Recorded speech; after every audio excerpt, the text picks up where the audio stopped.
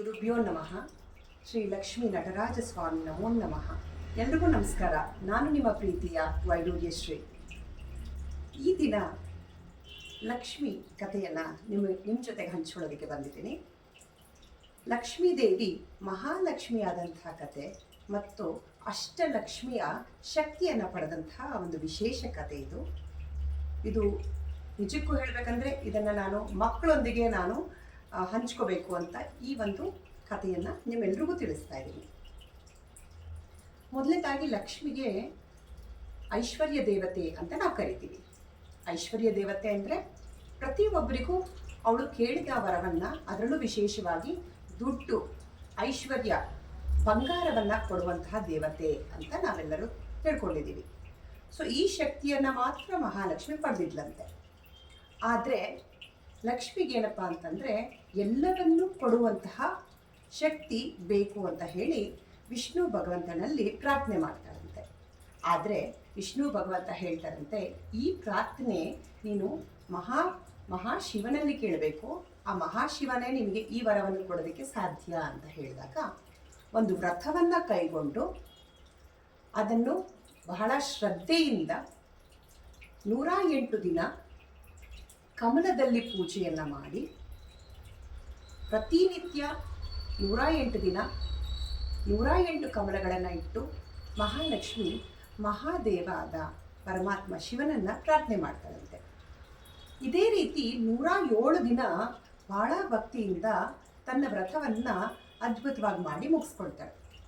ಆದರೆ ಕೊನೆಯ ಒಂದು ದಿನ ಇರುತ್ತಲ್ಲ, ಆ 108ನೇ ದಿನ, ಆ ದಿನದಲ್ಲಿ ಮಾತ್ರ ಈ 108 ಕಮಲದಲ್ಲಿ ಒಂದು ಕಮಲ ಅಲ್ಲಿ ಕಡಿಮೆ ಇರುತ್ತಂತೆ. ಆ ಒಂದು ಕಮಲ ಕಡಿಮೆ ಇದ್ದರೆ ಅವಳ ವ್ರತ ಅಲ್ಲಿ ಸಂಪೂರ್ಣ ಆಗೋದಕ್ಕೆ ಸಾಧ್ಯತೆ ಇಲ್ಲ. ಸೊ ಆವಾಗ ಏನು ಮಾಡ್ತಾರೆ, ಲಕ್ಷ್ಮಿ ಏನು ಮಾಡ್ತಾಳೆ ಅಂದರೆ ತನ್ನ ಹೃದಯ ಕಮಲವನ್ನು, ಲಕ್ಷ್ಮಿ ತನ್ನ ಹೃದಯ ಕಮಲವನ್ನು ಆ ಭಗವಂತ ಶಿವನಿಗೆ ಅರ್ಪಣೆಯನ್ನು ಮಾಡ್ತಾಳಂತೆ. ಇದನ್ನು ನೋಡಿದಂತಹ ಮಹಾಶಿವ ಬಹಳ ಸಂತಸಪಟ್ಟು ತಥಾಸ್ತು ಅಂತ ವರವನ್ನು ಮಹಾಲಕ್ಷ್ಮಿಗೆ ಅನುಗ್ರಹ ಮಾಡ್ತಾನಂತೆ.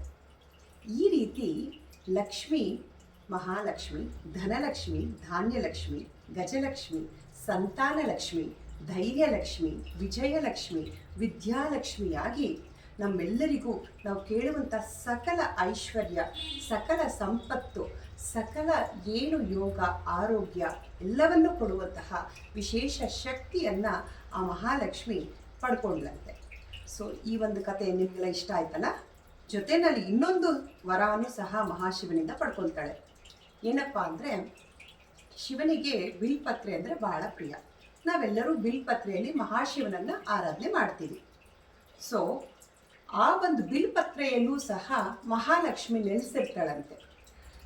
ಒಂದೊಂದು ಬಿಲ್ಪತ್ರೆಯಲ್ಲಿ ನಾವು ಭಗವಂತನನ್ನು ಪ್ರಾರ್ಥನೆ ಮಾಡಿದಾಗೆಲ್ಲ ಬಿಲ್ವ ಪತ್ರ ನಿಲಯಾಯೈ ನಮಃ ಅಂತ ಹೇಳಿ ಆ ತಾಯಿ ಮಹಾಲಕ್ಷ್ಮಿ ಆ ಬಿಲ್ಪತ್ರೆಯಲ್ಲಿ ನೆಲೆಸಿರ್ತಾಳಂತೆ. ಈ ಒಂದು ವರವನ್ನು ಸಹ ಪರಶಿವನು ಮಹಾಲಕ್ಷ್ಮಿಗೆ ನೀಡ್ತಾನಂತೆ.